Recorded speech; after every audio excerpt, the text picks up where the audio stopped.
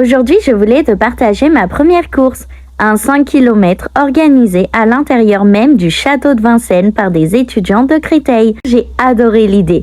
L'événement était génial et festif. Et honnêtement, ça donne envie de se mettre au sport. Déjà, tu cours avec des figures historiques qui viennent te raconter leur histoire. Ensuite, tu as une conférence sur le corps. Et enfin, tu peux visiter le château avec une médiation. Bon, j'avoue, c'était dur, il faisait chaud. Et oui, bien sûr que j'avais la flemme. Maman. Allô. Oh chérie. Maman. Ça va mon cœur? Maman, c'est dur. Mais malgré tout, tu te surpasses et tu peux être fier de toi. Un grand merci à toute l'équipe de nous avoir fait vivre une expérience hors du commun. Moi, c'est Clément Fabre, donc je suis historien, je travaille à l'université Paris-Est Créteil. Je cours un petit peu, mais pas tant que ça, hein, c'est pas mon métier. Et je fais partie de l'équipe qui organise le Festival d'Histoire Populaire.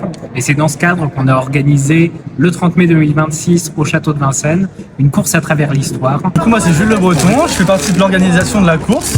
Donc, je suis étudiant en Master 1 d'Histoire publique à l'université de Paris-Est Créteil. Je m'appelle Alexandre, je suis étudiant en STAPS, je suis en deuxième année. Je m'appelle Jasmine Mandingo, je suis en M1 Histoire publique à l'université Créteil Paris-Est. C'est Solal Chevalier, étudiant en Master d'Histoire publique à l'UPEC.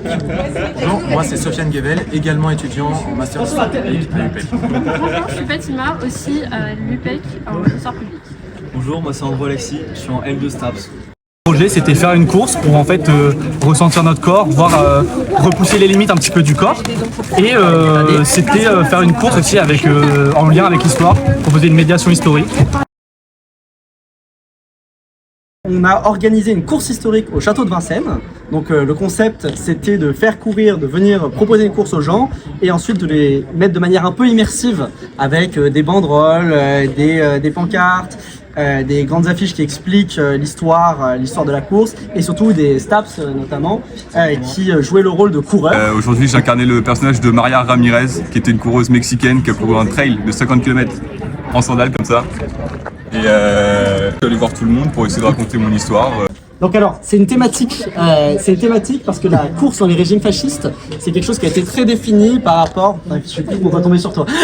Mais c'est quelque chose qui a été très important, dans la manière de concevoir le fascisme, notamment dans les régimes comme le totalitaire, comme le régime italien et le régime allemand, notamment. Et on peut penser d'ailleurs que justement par rapport à cette conception de la course, on peut penser à l'anecdote de Jesse Owens, qui était l'un des plus grands sprinteurs de tous les temps, qui en 1936 remporte les Jeux Olympiques de Berlin devant les coureurs ariens blanc de Hitler et auquel Hitler refuse de serrer la main.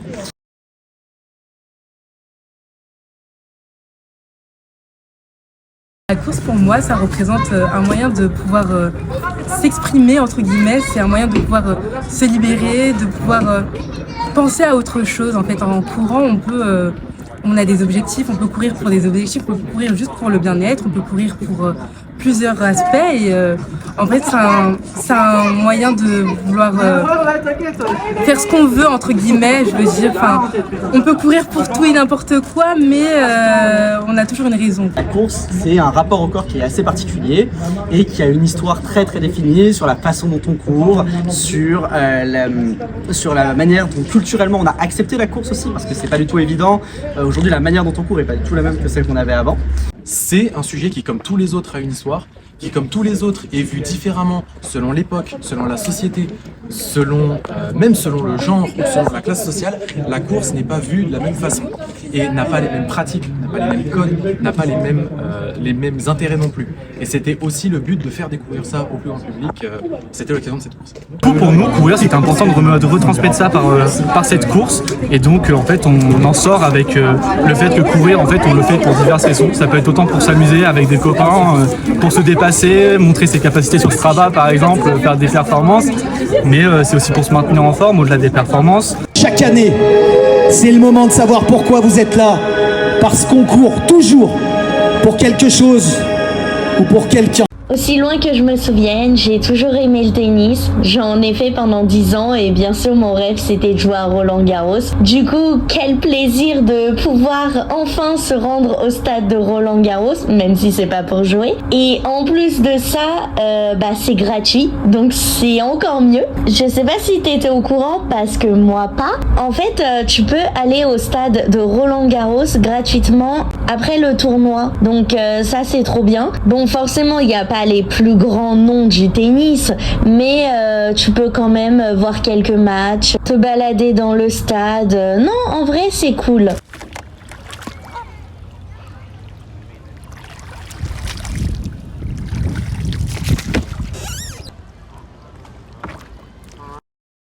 J'ai peur. En fait, ce qui est bien avec le sport, c'est que on arrive à se surpasser. On se surpasse physiquement. C'est là déjà ramer, c'est super dur. En plus, mine de rien, ça demande de la coordination que je n'ai pas. Parce que là, tu vois, on va pas dans la bonne direction. Et ça demande aussi du surpassement mental. Parce qu'on dirait pas comme ça, mais en fait, j'ai trop peur. J'ai trop peur de tomber. On sait pas ce qu'il y a en dessous. All hands hoist the colors high. Heave ho. Ah la vache, c'est physique. En vrai ça va une fois qu'on a compris le truc. En fait le plus dur c'est de garder les rames droites. Parce que moi j'ai tendance à ramer à la rame à l'envers. C'est bien, comme on dit, on apprend de ses erreurs. Allez. Là, je suis archi sereine. Tout est dans le mental. Et en fait, petit à petit, le but c'est de vaincre ses peurs. Après, j'ai pas dit que j'allais vaincre mes peurs sur toute la balade. Parce que là, par exemple, on va à l'envers, je fais quoi? A few moments later. Je me suis lancé un défi, celui d'écrire un texte sur la barque. On va voir si je suis sereine.